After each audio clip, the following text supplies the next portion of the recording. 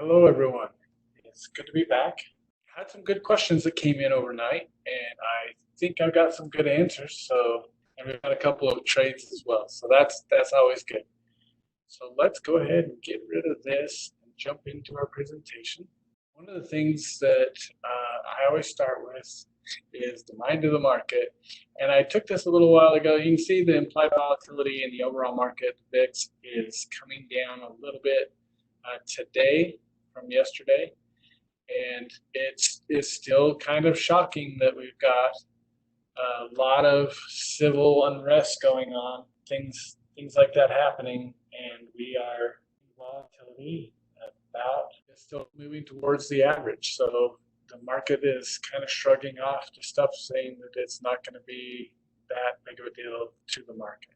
Still looking for selling opportunities. We're still looking for straddles at the same time, and we are trying to find both. And one of the questions that came in today was about that specifically. We call it dispersion trading. We didn't make up that name, but that's the name that it's called. Dispersion trading, when you do credit spreads on the index and you buy straddles on the constituent stocks, that's called dispersion trading. So I'm going to go over that here in just a few minutes. And John had a question about how you can evaluate covered calls for stock that you own. So that's what I'm going to jump into first. I'm going to jump into that one first. We'll go to odds online. We'll go to odds online. This is a stock for the straddle trade that we did, but I'm going to just go to something else. I'm going to go to Apple. There we go. So let's say you own a bunch of shares of Apple and you want to evaluate doing covered calls on that trade. If you own the stock already, Odds Online is not going to know what price you paid. There's not a place that you can put that in and say, this is the price that I paid to evaluate your covered call trades. But you can, there's a few different ways you can evaluate covered calls in general. One of them is by going to the strategy wizard, choosing up small, clicking on covered calls. Now you can specify a symbol. So if I was looking at Apple, and that's a stock that I own, I can specify the symbol by typing it in right here. You select the other and you type in the symbol that you want to look at, and it will give you potential trades based on the filters that you have set. So I have this set to a short time period, 2 to 8 days. Probability, I have it set wide open, and I just want a positive expected return. And I'm not getting anything specifically right on Apple. I'm going to choose I want to do both. So overriding and underwriting. Do you guys know the difference between call overriding and call underwriting? Call overriding is where you choose a strike price that is above the current asset price. So you have some room for the stock to move up before you get called out. Underwriting is when you sell a strike price that is below the current asset price, something that is likely to be assigned. So I'm going to choose both in this case, and nothing's coming up for Apple. So I'm just going to switch to my watch list for the S&P 500. That way I can be pretty sure that something's going to come up. Yeah, I get quite a few here. So just because Apple isn't right now doesn't mean that there aren't other stocks that are right now based on my criteria. So in my criteria, I set that I want to get things that have a positive expected return. I want to make money on the deal based on all the wins and losses, the probable outcomes. I want to make sure that I balance those and made sure that they balance in my favor. So we got the expected return over here. I'm going to sort by expected return, and I'm clicking it again because if I click on the first time, it sorts from lowest to highest, doing the one that has the highest. And I can click on analyze, and you can see that this is a underwrite because the current asset price is $17.29 and the strike price that I'm selling is $13. It's probable, it's got a 99% probability of profit in the trade. I'm getting a positive expected outcome from doing this trade. So this is one way to evaluate if I'm trying to do options, and I can change the list selection to meet stocks that I own and do this same kind of analysis using the strategy wizard. But if it's a stock that you own, it might be easier for you to just go to that stock. So if I own shares of Apple, I can quickly just go to the shares of the stock and make a decision by plotting what I want to do right here by figuring it out. So if I want to do weeklies, if I want to sell a weekly option and just try to jazz my gains but not be exercised, then I would come in here and just say, so the next weekly expiration is this Friday. So the kind of a quick way to evaluate is the same way that we do with credit spreads, right? Don has a rule. So you can use the delta column right here or right here. Since we're doing calls, I'm going to use the delta column on this side. And delta is an approximate probability. Okay, so if I get a delta of 0.10, that's going to be right around 90%. There's a 90% chance that it won't be assigned. So if I sell that option. So in this case, the delta at the 332.50 strike price is close to 10. The closest one above it, just out of its reach, is a delta of 6. I could choose either one of these, and I could choose them both, right? So I'm going to choose the one that's the delta of 11 in this case. And if I click on calculate, and I can see here that gives me a probability of 88.93%. So I said close to 90%, right? And that is close to 90%. So there's close to 90% probability that this option would not be assigned, that this trade would be profitable.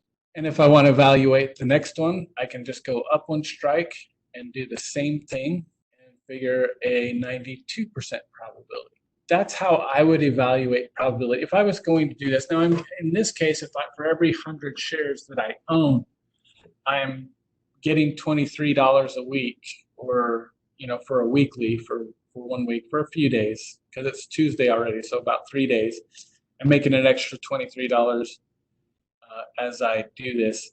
But there is a risk when you do this. There is a risk. It's only about a 8% risk, maybe a 7% risk, that this trade would be exercised or assigned, and I could lose my 100 shares. So if I don't want that to happen, I just need to be aware of what's going on during the week. Make sure that I get that correct. Okay. So the other thing that I can do with this, if I'm trying to decide between both of these right here, I can click on this and then hit the save trade. And then I can choose the other one and click on the profit loss graph and click on save trade. And then I can go to my area right here, click on save trade, and I can actually compare the two trades side by side in the profit loss graph to help me decide which one do I want to do. This one gives me a bigger credit. This one gives me $45. This one gives me $23 for the same 100 shares. This one has a 92% probability. This one has an 88% probability. What do I care about more? Do I want to get the bigger credit and have a slightly higher chance that my shares get called away? Or do I want to do the other over here and make sure that it's a little further away and take less money? That's really, it's a personal decision when you talk about probability.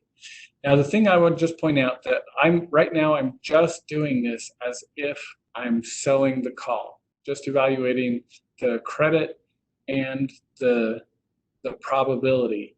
I haven't put in that I own the stock in this case. Okay. So if I go back to this list and I want to add the stock to the trade, I can click this button right here to add the stock, the big blue plus button there. And by default, it puts in 100 shares. And I can say that I want to buy or sell. In this case, I'm going to have it buy because that's what covered call is. You own the shares.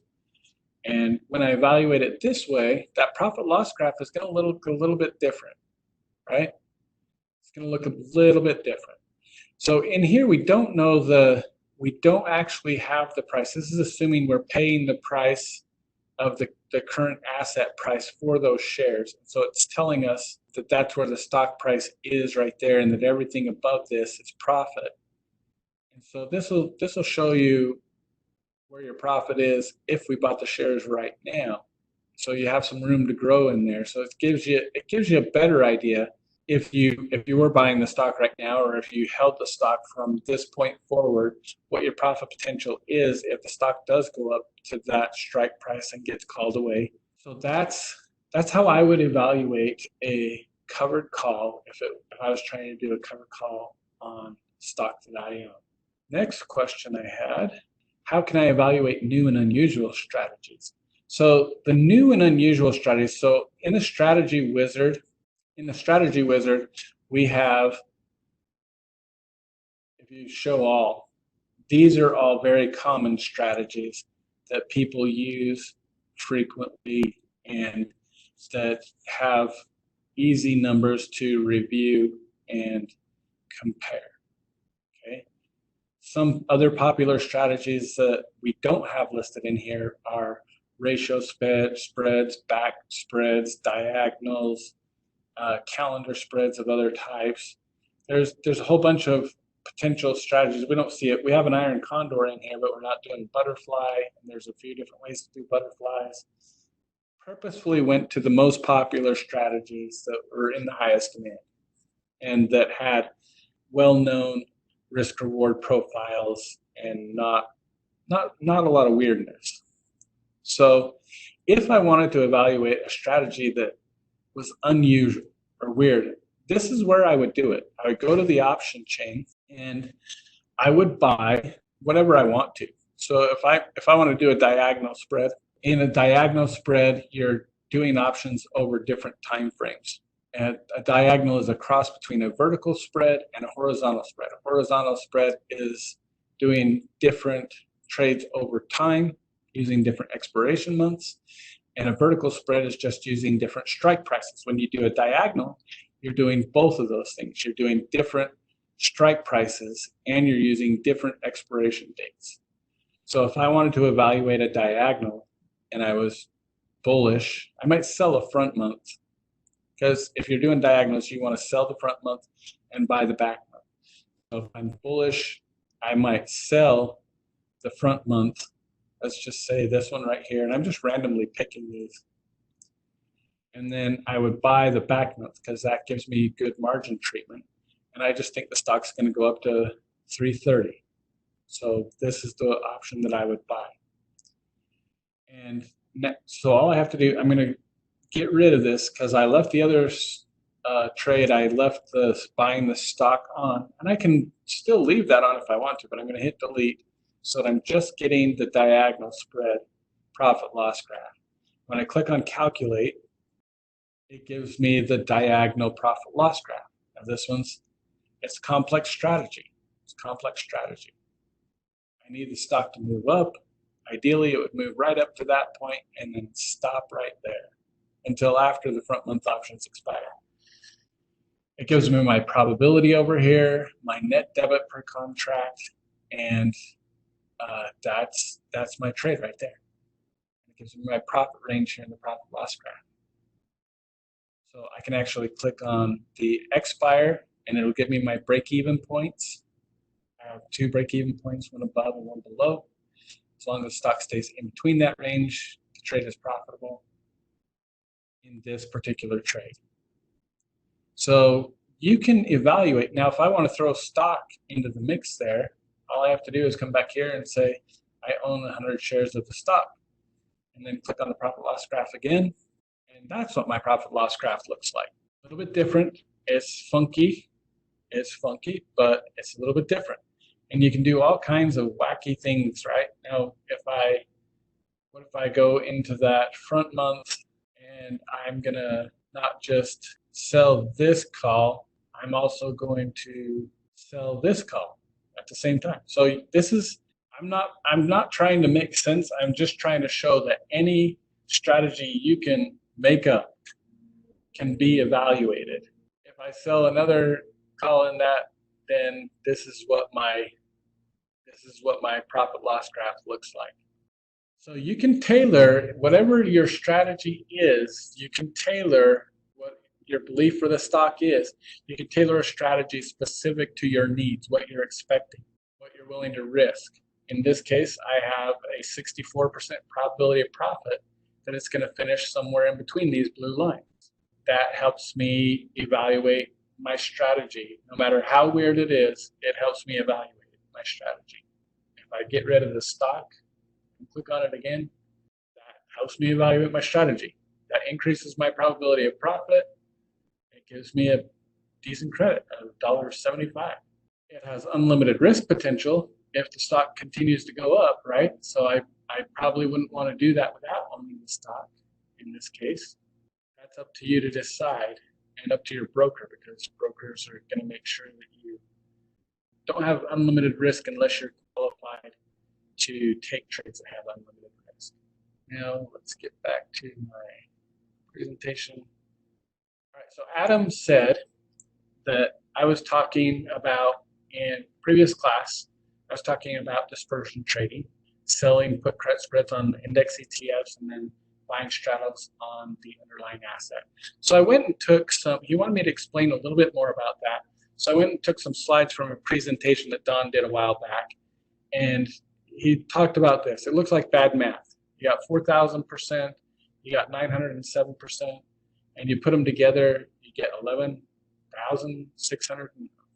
That looks like bad math. Doesn't quite look right. That should be 5,000, right? But it isn't. And the reason why is because this is the profit loss graph from a straddle trade. Straddle trades make money if there's a big move in the underlying stock. This is the profit loss graph from an iron condor. The iron condor makes money if the stock doesn't make a big move. When you put those two things together, this is what it looks like. You can see that they break even right around the same point, right? The same point, and they make money in the opposite of each other.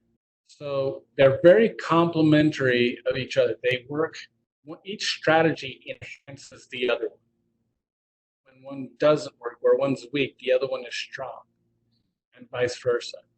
So when one loses money infrequently, which is the high probability strategy, the other makes huge gains. When one loses a little bit of money, most of the time, the other one is making consistent profits. So when you put those two things together, you get this. This is the history through our testing in the past. Really, they enhance each other, and it goes up really big. I don't have a track record or anything to show you other than the track record that you guys have done doing these trades yourselves. You can see in this track record of the credit spread trades that you've done, you've lost twice.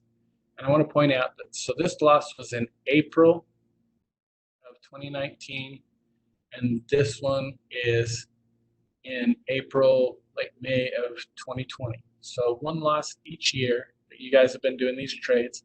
You had 59 trades. Straddle trades, you've only won 33% of the time. But in April of last year, this FCX trade made some money that made about 62.5%. And then in January of this year, these expired in February and March. This one made money to the upside. This one made money to the downside. But this is where it's clearly evident. So even if you lost 100% on the credit spread trade that you did, these strategies work together. When one doesn't work, the other tends to work, and vice versa. That's the benefit of dispersion trading. Okay? Selling credit spreads on the index, buying straddles on the underlying asset.